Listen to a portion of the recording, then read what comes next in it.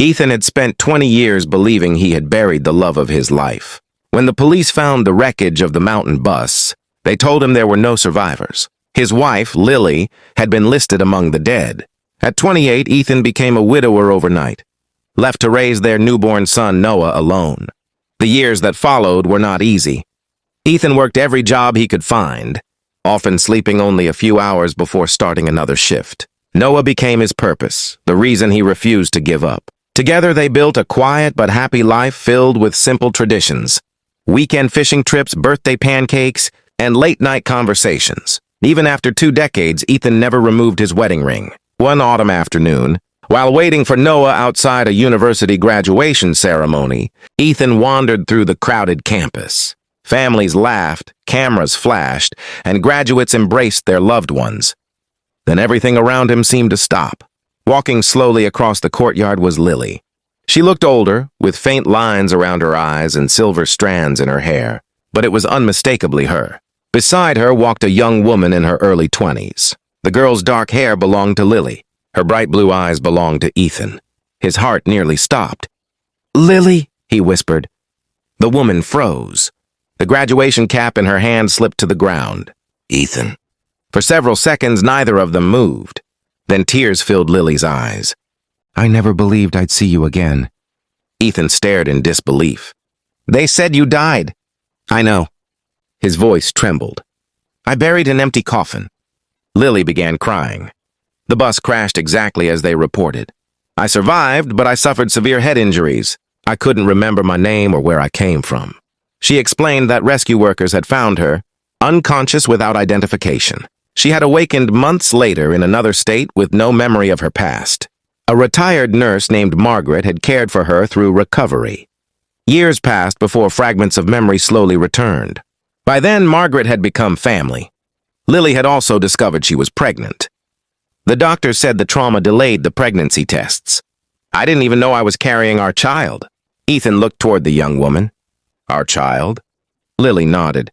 "I searched for you once my memories returned, but I found records saying you'd moved away. Every trail ended cold." The young woman stepped forward nervously. "My name is Emma." Her voice shook.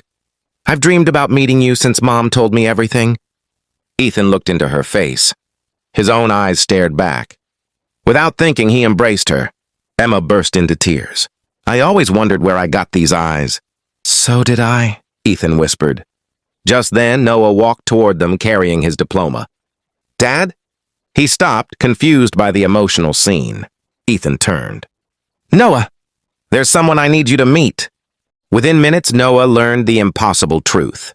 He had not only found the mother he believed had died before he could remember her, he had discovered he had a sister.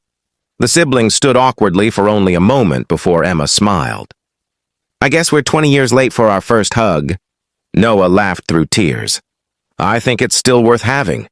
They embraced as Ethan and Lily watched. For the first time in decades, hope replaced grief. The following months were filled with long conversations. There were painful questions. Missed birthdays, lost holidays, old photographs, stories each had never heard.